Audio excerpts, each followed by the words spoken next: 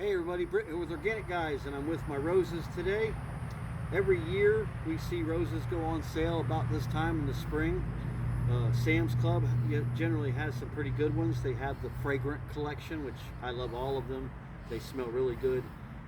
There's several kinds. There's Grandiflora, there's Hybrid Tea, and there's Floribunda. Those are the three most common ones in Florida. When you're growing roses in Florida, you can grow roses year-round. They don't go dormant. You don't have to cover up the stock with leaves and mulch in the wintertime. In fact, in the wintertime is when roses do really good.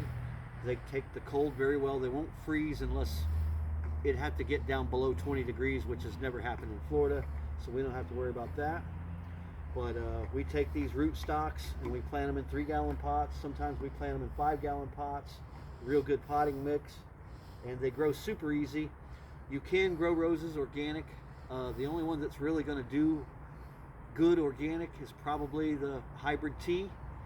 Grandiflora is a little iffy. Old school roses like Tropicana and Mr. Lincoln, they tend to be organic a little easier. And when you're growing organic roses, you can harvest the hips and the petal and the flower, and they're packed with vitamins and antioxidants and even anti-inflammatory. Chicago Peace is a really good choice. Smells great. The colors are just awesome. I'll show you all the different colors we got here, and I'll show you how easy it is to take care of roses. If you're not going to go organic, this is probably the best product to get. It's made by Bayer. It's all-in-one. It's three things. It's a fertilizer, it's an insect control, and a disease control. Diseases like powdery mildew, yellow spot fungus, black spot fungus, that's all something that roses get pretty easy here in Florida because of our high humidity. So you really want to treat your roses with this at least once a month. The directions on the back says 2 ounces per quart per plant. So you mix up 2 ounces a quart of water. I call BS on that one. I've been doing this a long time. I do 1 ounce per quart per plant. So I got a 2.5-gallon container here, and I put about 8 ounces in that one, and we're gonna make sure that each plant gets about a quart of it once a month. And water your roses every single morning. Never water roses in the evening. That's how you cause your fungus, your black spot fungus. But this is already pre-mixed. I'll just show you guys. I usually do a count. Just 1, 2, 3, 4, 5. That's quart. 1, 2, 3, 4, 5. That's our quart. 1, 2, 3, 4, 5, and you just go right on down the row, giving all your plants a little bit of this stuff. I'm going to stop this for now to show you how to trim. Okay, on roses, you want to trim them immediately. Of course, you could take nice buds in the house and put them in a vase. You want to go down to the first 5 leaf, and you go just above the 5 leaf, and you use the same angle that the leaf is from the stem. Just like that. You get all your buds off of there. First 5 leaf, same angle. Sometimes you can't go to the first 5 leaf.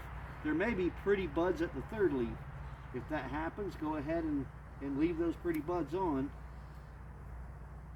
First 5 leaf. And of course, you can also, if you like a nice long stem to put in a vase in the house, you can go all the way down. You know, you could go all the way down to here, clean these leaves off, have a nice rose to put in a vase. This is a real pretty one. This one is called Berries and Cream. Great smell, great colors.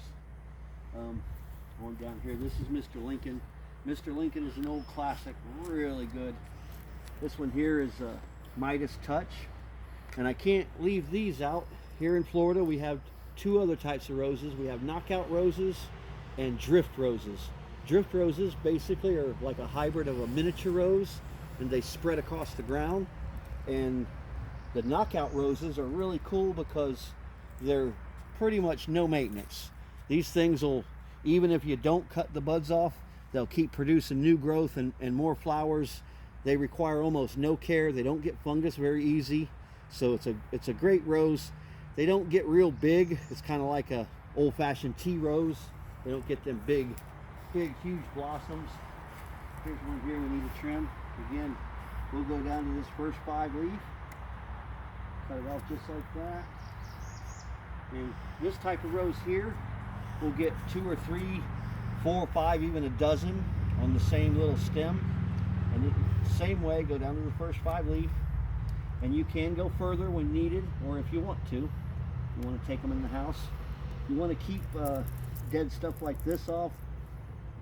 Sometimes when these are budded, you know, the root stock is, I believe most of them are budded on a Fortunii rootstock, and a good rose is double budded. So this would be the Fortunii plant. They cut a little V shape in there, and they take a bud from another rose and they put it right down in that V and tape it off.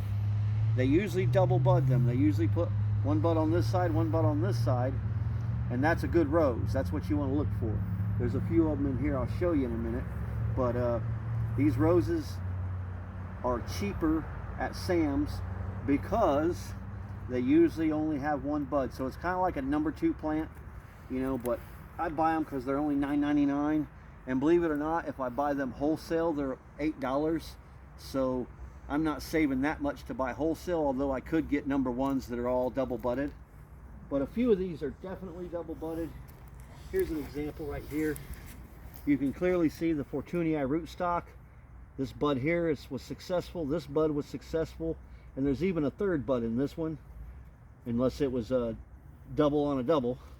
This one is Alfred Sicily. Alfred Sicily's a beautiful color too, right there. Look at that. I save all the tags because everybody likes to see the colors when they buy them. And if they're not blooming at the time, you won't get to see the colors. Focus in on this one. This one, we love this one.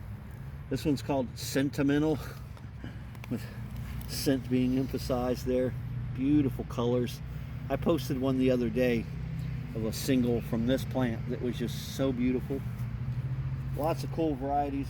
They're super easy to grow once you know the secret. The biggest secret is use that Bear product once a month and keep your buds trimmed. This nice little cluster here. When I'm ready to cut this, I will take it all the way down to here. I could go to here if I wanted to though. Sometimes you may go a little further just to keep your rose in a nice shape. You can definitely do that.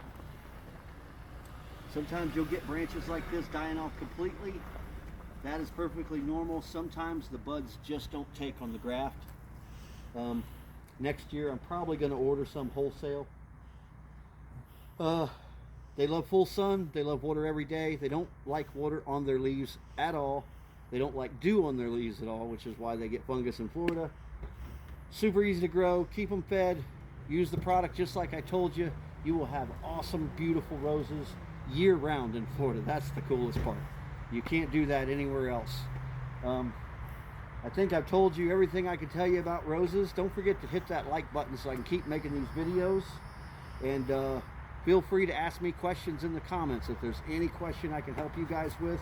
I'd love to see everybody growing beautiful, beautiful roses, beautiful gardens. I'm Britt with Organic Guys. Goodbye for now and good gardening.